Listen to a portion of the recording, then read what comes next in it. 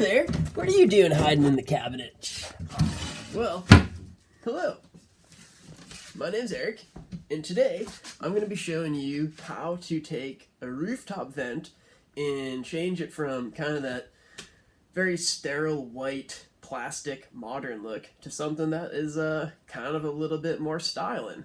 And this is one that I already did. And I'm going to show you from start to finish how to create that, which is essentially just a picture frame cut up and put onto your roof vent. But there's kind of like a few little tips that I've learned and things that I want to share that can make it a little bit more slick and be looking like it was more made for that application as opposed to like a totally chopped up picture frame. So this is the one we're going to be working on today. This guy. I got 3 vents here in the trolley. It's pretty big, and it's like mostly glass. So I really wanted to make sure there's good ventilation in here and it wasn't just kind of like a stifling greenhouse. So the vibe in here, obviously it's like super grungy, dirty workspace right now, but the aesthetic isn't really like white sterile roof vents. It's more like 1800s scroll top desks with like kind of some pretty unique things and vines and like wild pieces of wood. So I don't really want white rooftop vents, and I would have went for like an antique one like I had on my Jeep camper, but here in the trolley I'm pretty limited on my selection because I can't touch anything in here because it's so tall, and I was really kind of thinking about how to do that, and I could have either went with a step stool and had like the ability to manually open a hatch of some sort, but I wanted, or what I decided to do was go with the Maxair 7200, which has the ability to use a remote controller. That way I can just kind of sit down here as a short dude and just push a button and have it open. But I don't really like that sterile white look. I kind of want something more like this. So I learned a lot of things when doing this, and particularly working with really old, fragile material. And these picture frames oftentimes are made of plaster to create these kind of designs on the edge. So I'm going to show you some tips on working with that material and how I'm going to do it. And so today I'm going to take one start to finish and install it up here. And just to kind of match like some of the decor in here, like these lanterns. I made a video before on how I did this because these are old kerosene lanterns, as well as these guys back here are old kerosene lanterns as well. And these are all converted. Each of these draw around 3 to 4 watts per bulb, which is like a pretty good amount of electricity. But as an artist, and this is going to be my studio space right here, I prioritized having really good lighting, and a majority of my electrical setup is for the lights, which super unnecessary, but I kind of live my life in a way that is like founded upon unnecessary things and outrageous acts that kind of create the lifestyle that I live. So anyways, let's get started and make this looking rad. Here's the picture frame we're going to be working with today. Obviously, as you can tell, it's much larger than the vent hole. It is, however, the perfect width. Just the height of it is a lot bigger, so I need to cut out this section. And now you could do that just by making 2 cuts on either side at 90 degrees, and you can do that any way you want, but cutting it at a 90-degree angle would make for a pretty notable joint, and so you want to do a miter cut, which would come in at an angle. And the reason for that is you can kind of hide the joint, and it's less noticeable, so it doesn't look like it's totally just kind of botched together. And having them sit overlapped like that allows them to kind of nestle together and create like an even height, as opposed to 2 90 degrees, which create like a butt joint, which is like 2 ends just butted together. They oftentimes can slip and there'll kind of be a little lip, which is pretty noticeable. So I'll show you on the trolley, and I'm going to show you the tools I'm going to be using. I'm going to be using this table saw, which this table saw is great for me because I have kind of like a total junk show tarp operation going on where I need to pack up every day and put everything in my mom's garage because I'm outside at my mom's house in her backyard for 2 years. Thank you, Mom. Psyched on that. But other tools I'm going to be using, carpenter square, and if you have the ability to use like a combination square, these are super helpful to get the size that you're going to need, which is going to be the inner dimension of your vent opening. So if I was to come in here with my combination square, this one's obviously too small. I'd be using the bigger one to measure that width. And you can see my cut right here, how it is at an angle. And this one wasn't very good because I used nails, and I really had to back off because the vibrations of the driving the nails into a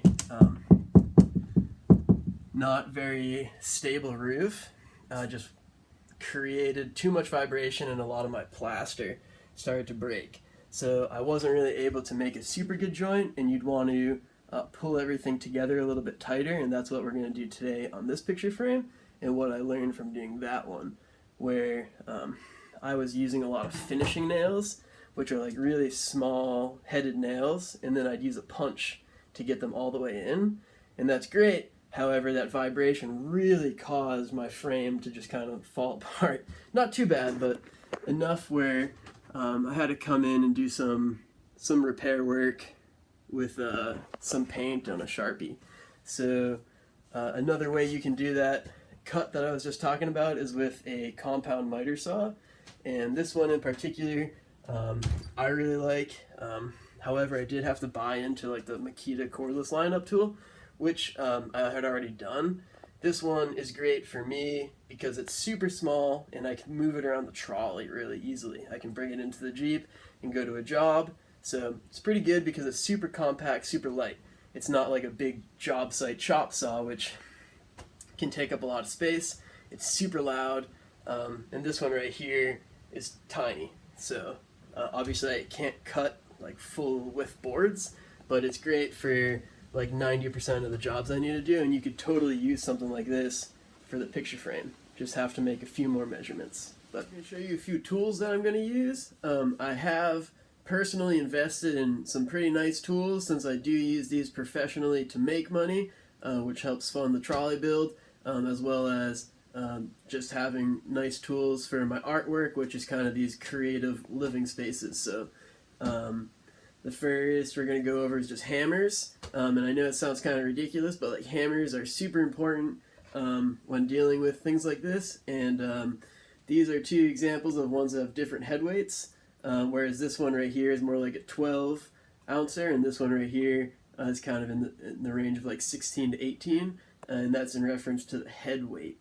And you really want a light one if you're doing fine detail work overhead. You really want to be able to tap very easily, versus something like this right here, which is like a big framing hammer, which is a 28 ounce.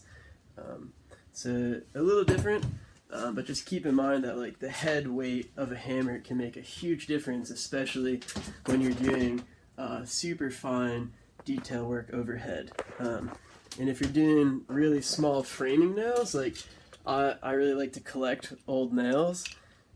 This is just like a little selection that I've been using, but a lot of antique stores, particularly ones that sell a lot of hardware, will oftentimes have like cabinets in the back of just old nails, and I really have a thing about collecting hardware because I think it's like period correct and matches the aesthetic. And with that, using nails, you really want to be using nail sets, so just kind of like punches that have the ability to get the nails flush, as opposed to taking a nail all the way down to flat and then just hitting it and just leaving a big ring. You want to come in with your nail set, and one like this is awesome where it has a thumb loop, and that thumb loop really allows you to push that nail all the way in flush. And you can actually take one and recess a nail a little bit deeper. And why you'd want to recess a nail is that you can come in later with some wood putty or some filler, or sometimes what I like to do is just kind of like, my hands are usually pretty dirty, I can just take some sawdust or like spit and just kind of like rub in the hole, and kind of covers them up pretty good. I used to work for this like crazy fine woodworker guy who's pretty mentally insane, and he smoked a ton of cigarettes, and his whole thing was like, little imperfections can always be fixed by a little spit and cigarette ash. And it's true. Generally I don't smoke, but the concept is pretty universal. You can just kind of like get in there and be an artist and just like smush a bunch of stuff in there. But that joint I was talking about is right here. And this is the mouth of the joint right here, and so I angled it away from where you would typically see. And that's what I'm going to do coming into the trolley here. So the main focal viewing point is here. So I'm going to have the mouth of the joint face away. So when I come in the trolley, I'd be less apt to see that joint. So it would look like the picture frame was made for the vent. So let's get started. We're going to be using the table saw here, get our measurements, and start making some cuts. So the picture frame's all prepped and ready to start cutting. I took the canvas out, as well as took out all the staples that were in there. You want to make sure there's no staples that are going to run through your blade of your saw, but as well as kind of make the surface a little wobbly that it's going to be on. So if you're running a board over a table saw, mine shows a lot of examples of staples and stuff going over it. Don't do that, because it'll throw your cut off as well as like damage your tools. But I said a number before. It's definitely way off. Always measure. So I'm going for 12 and 5/16, and half of that is always going to be 6 and 5/32 on either side, and I'll show you what that means. And I know 30 seconds is like pretty tight. A lot of people are like, oh, half inch, quarter inch, whatever. Like, you can totally go off of those and just be like, it's a heavy or a minus or a cat scratch or like a whisker or something. Like, that's kind of the way I communicate if I'm working with somebody. But it is good to have like pretty good measurements, particularly in a tiny space. You might be off 1/8 of an inch, and if you do that a whole bunch of times, that will compound, add up, and things will either be super tight or super loose. And so having accurate measurements when you're dealing with a pretty small space, like a van or a trolley or a bus or whatever, is pretty important. So now that I got some measurements, let's make some cuts. Okay, here we are all cut. And you can see the pieces aren't even. I was talking about that number before, 6 and 5/32. Well, I threw that right out the window. That's just what happens sometimes. You just gotta roll with it. You have like an idea in your brain and you're like, well, that's just not gonna work. And the reason for that was I had some damage on this side, and I wanted to cut it out, so I just offset, and whatever I put onto one side of the cut, I took away from the other. And this is that miter I was talking about, which when they sit on top of each other, it can kind of hide that joint. And because this does have such heavy plaster, it did have some rip out and just some areas that are going to need some loving with some paint, which I have like a really nice paint Sharpie that'll hide all of these. And then when I'm done, just kind of spit on it and good to go. But yeah, it's starting to rain, so I'm going to keep moving and get to doing some pre-drilling, because I'm going to be using the screws I was talking about. And with this being so thin, I always want to pre-drill. I'm going to do 2 different drills. One is going to be for the shaft, the main shaft of the screw, and then just do a little bit with a bigger bit, and that's just to accommodate the head, because I want to absolutely make sure that I don't split this any more than I need to. Or at all. Not that I need to, just no splitting. So let's get to some screwing. Alright, I hope you're taking notes, because I'm about to drop some big old tips on you. really not that big. But anyways, they're kind of things that help me when I build, and they were taught to myself from some really talented people. So here I am putting them out on the internet for all you folks to kind of like be better builders. The first one is ridiculously simple, and it's just when you're marking your center points, think about what you're marking on. If you're marking it on like something that's going to get covered, whatever, you can make a giant arrow. And sometimes I like to draw like stick figures that are pointing to where to make the cut, and they go like, "Hey man, cut here," because I think that's funny. But if it's something you're going to see, you probably don't want to have a giant Sharpie point. One, Sharpies aren't really that like accurate, but also you can't get rid of them. So what I do is come and mark with some painter's tape, and then you can make your center marks or your cut marks or whatever on the painter's tape, and you can use that as a reference. And then when you're done, just take the tape off, and then there's no markings of it. Supposedly you can use like mineral spirits or something else, but like if you just use some painter's tape and just a little bit, pretty helpful little tip.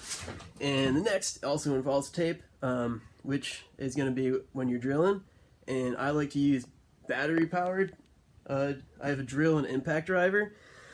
If I didn't have those two tools, which I didn't in the beginning, early days of the trolley building, it changes everything. Having cordless drill and impact driver is some of the two most improving tools you can add to your bus building arsenal.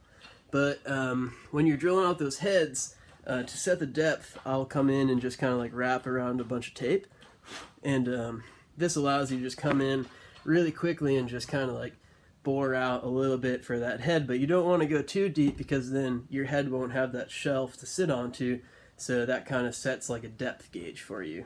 But so now I'm going to mark the centers on my picture frame, doing the same thing with the tape, and that's going to allow me to go up there and set it. So let's set that, the one with that's going to sit underneath. So I know what I'm talking about. I'm just making this up as I go. So alright, it's in, and now it's time to do some touch up.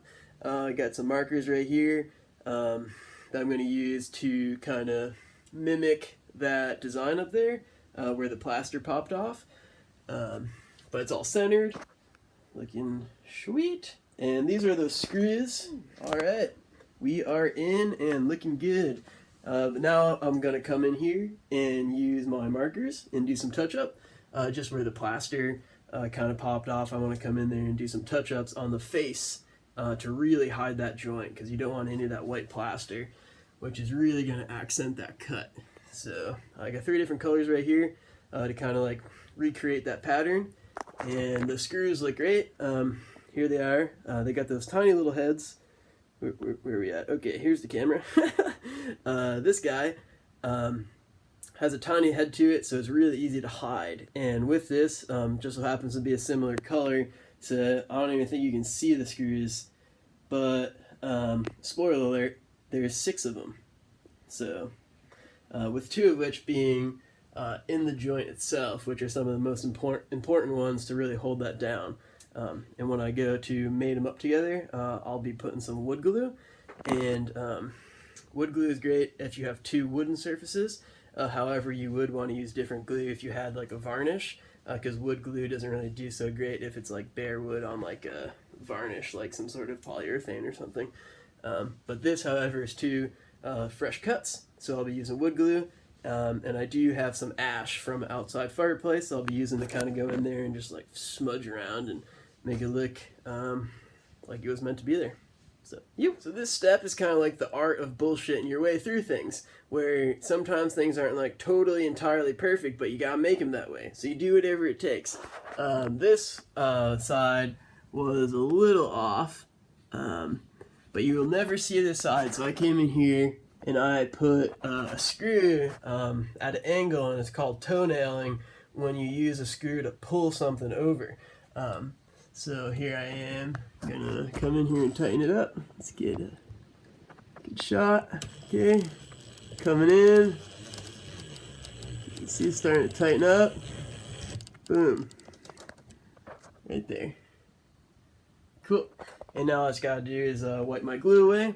and get some kind of streaks that go from side to side to kind of like really cover that. So you got your glue that's puffing out. I'm going to come in there, and this is the time where you got to get it out. And to get out wood glue, spit on it, heat, use a rag. It really likes to get heat, so just kind of like your thumb and really get it hot. Even if it's a little tacky and you seemingly can't get it off, just really get a lot of heat and it'll come right off. So I'm going to do that. And then I got a little fire pit out here. Gonna go get some ash and then just like streak it from side to side, and if you can bring some of that tone from both sides, it'll really cover it up. You can kind of see on this one right here, there's a little bit more black. So if I continue it over to this side, you kind of won't notice the joint as much, whereas like you have that distinguishing color difference. It makes it a little bit more noticeable. But phew, almost done. All right, looking good. We are done for now. I might do some more patchwork on it, but you can hardly tell where the joint is. Hit it pretty well, considering I did cut out probably like at least 10 inches of that picture frame, so pretty slick. Hope you learned something today from this video. If nothing else, hopefully you learned that in any build you can be as creative as you want. There's a whole bunch of influencer people out there who generally aren't that creative. Not to like knock anybody's sense of building, but you don't have to get a Sprinter van and paint it white with you know. And I don't want to knock that lifestyle, because it's rad. Everyone's out there doing it, and like you're out there living an adventurous life, and that's like super kick-ass. But be creative, like, you know. It's easy to see these beautiful images from people who are creating awesome content, which they're out there living these awesome lives, but you don't have to look at that life as the only way to go about it. You think creatively and think resourcefully. You know, salvage and reclaim when possible. It's just a really environmental building ethic and to have, as well as generates, you know, a space that has way more style to it. I mean, coming in here with old dynamite boxes and you know, the faceplate to a early 1900s radio player. One, they cost me nothing. They were free. I just found them, and they have way more style to them. So just think about that when you're building, and let me know what you make. If you do something cool and you learned a technique from this video, let me know. I'd be psyched. If you want to read more about what I'm doing and see my life and my adventures, I got a website at staywildnevermild.com. It has a lot of my artwork and stickers on there. And if you want to see what I'm doing on Instagram, it's at smellybagaddirt. And send me a message or some pictures of what you do. I'd love to see what you create. And stay creative, stay wild. Ew.